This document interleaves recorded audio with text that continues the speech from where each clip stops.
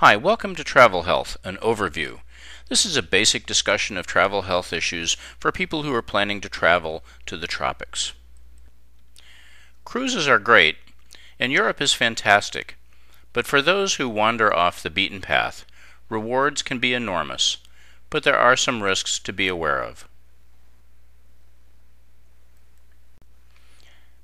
My name's Stephen Blythe, and I'm a family physician with experience providing travel health consultations to individuals and groups for over 20 years. I have traveled to some pretty backwoods places, including the Amazon and Borneo, and as a medical student I developed typhoid fever in Guatemala. Ever since then, I've worked to keep myself and others safe while exploring our great big planet.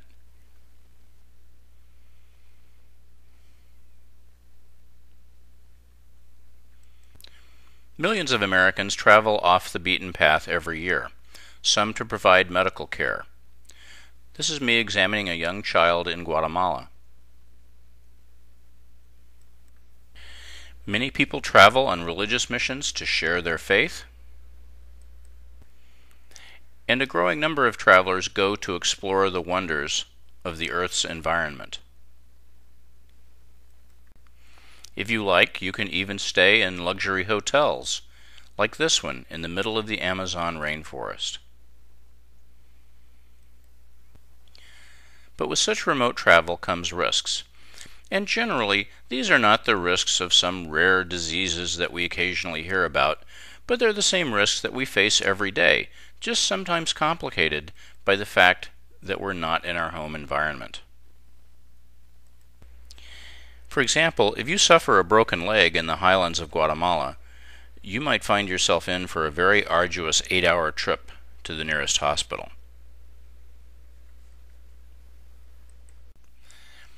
And sometimes the health care you find might not be quite the same standard that you're used to at home. And perhaps the biggest risk of travel to exotic places is the same risk many of us face in our daily lives, and that is being injured or killed in a motor vehicle accident. It is absolutely true that in many third world countries people drive absolutely crazy. It's very important when you travel, no matter where you travel, to wear your seatbelts if possible, to stay off the roads if possible, and especially to stay off the roads at night. And in some parts of the world you really need to be aware of political instability. You might need to be careful of what you say and to whom, and you might need to be prepared to find shelter or evacuate if the political situation is highly unstable. But we travel off the beaten path to be able to experience things that we'd never experience at home. This is a torch ginger that I found in a little shaft of sunlight in the middle of the Amazon jungle. We travel perhaps to explore the top of the rainforest. We travel to make new friends and to learn about cultures other than our own. With some simple planning, our trips to these exotic places can be safe and immensely rewarding. We've all heard people say, "Don't drink the water," and that's pretty much true. When we travel off the beaten path, sometimes the standards of hygiene may not be what we're used to. And diarrhea is certainly one of the more common ailments associated with travel. Ironically, the most common ailment associated with travel is probably constipation.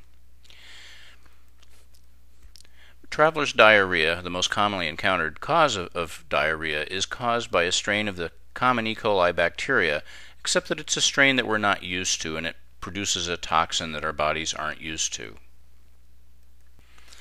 So it is true not to drink the water in most places that we might travel, especially in underdeveloped countries. So what do you drink? Well, it's safe to drink bottled water. And some people have advised that if you're in a really impoverished backwoods location and you're at a restaurant or cafe and you are offered bottled water, that you should ask for carbonated water, because that way you can be pretty sure that they didn't just fill it from the tap in the back room. Soda is safe to drink, beer is safe to drink, hot coffee or hot tea is safe to drink, But make sure also that you avoid using ice in your drinks, including your alcoholic drinks.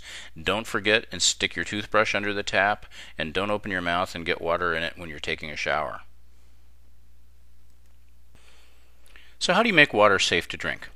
Well, perhaps the best method is to heat the water, but you don't have to boil it for 20 minutes like they used to tell us in the Boy Scouts. Any water that's heated up near boiling is hot enough to kill anything in there that might cause you any harm. So water that's heated up enough to make coffee or tea is safe to drink.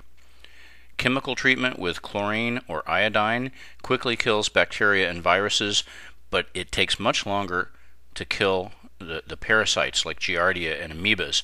And if the water's cold or if the water's dirty, it can take as long as 40 minutes. So you have to make sure you give anything like this enough time to actually do its job.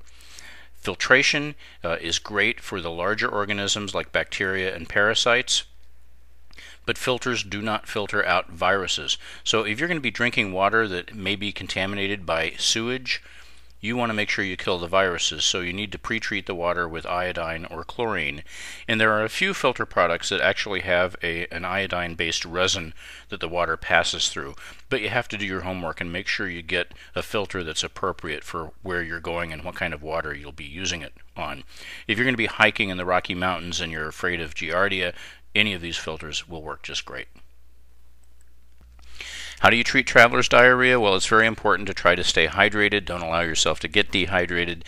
And even if you're not sick or before you're sick, make sure that you're drinking plenty of water when you're in the tropics. If you're not urinating every 2 or 3 hours, you're not drinking enough water. To treat diarrhea, Pepto-Bismol 4 times a day actually reduces the amount of water and body salts that you lose by about half. So Pepto-Bismol can be very important. Kaopectate, on the other hand, is made of kaolin, which is clay, and pectin, which is what they make jelly out of.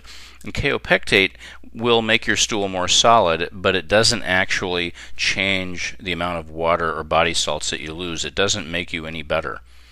Imodium, if needed. Imodium is considered safe to take for a few days unless you have bloody diarrhea. An antibiotic is often given to travelers to take in case of diarrhea. The most common for adults, and including non-pregnant women, is Cipro, which is taken twice a day for 3 days, starting as soon as you feel the diarrhea coming on.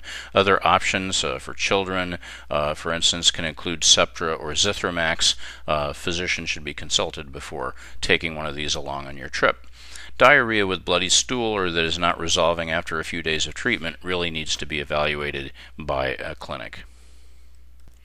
If you're really an adventurous eater or traveling way off the beaten path, going to be living with refugees or people in a very impoverished setting, you might want to consider typhoid vaccine as well. Typhoid fever is something you get from contaminated food or water. The vaccine comes as either an injection or as an oral capsule. The oral capsule might actually have the advantage of giving you a little longer protection. However, the oral capsule is not so easy to take. It has to be refrigerated. You take 1 capsule every other day. There's 4 capsules. You can't take it with hot food or water. You can't take it with an alcoholic beverage. And in my experience, about half of travelers that I've worked with end up not taking it correctly. So sometimes I think that the injection may be really the best way to go.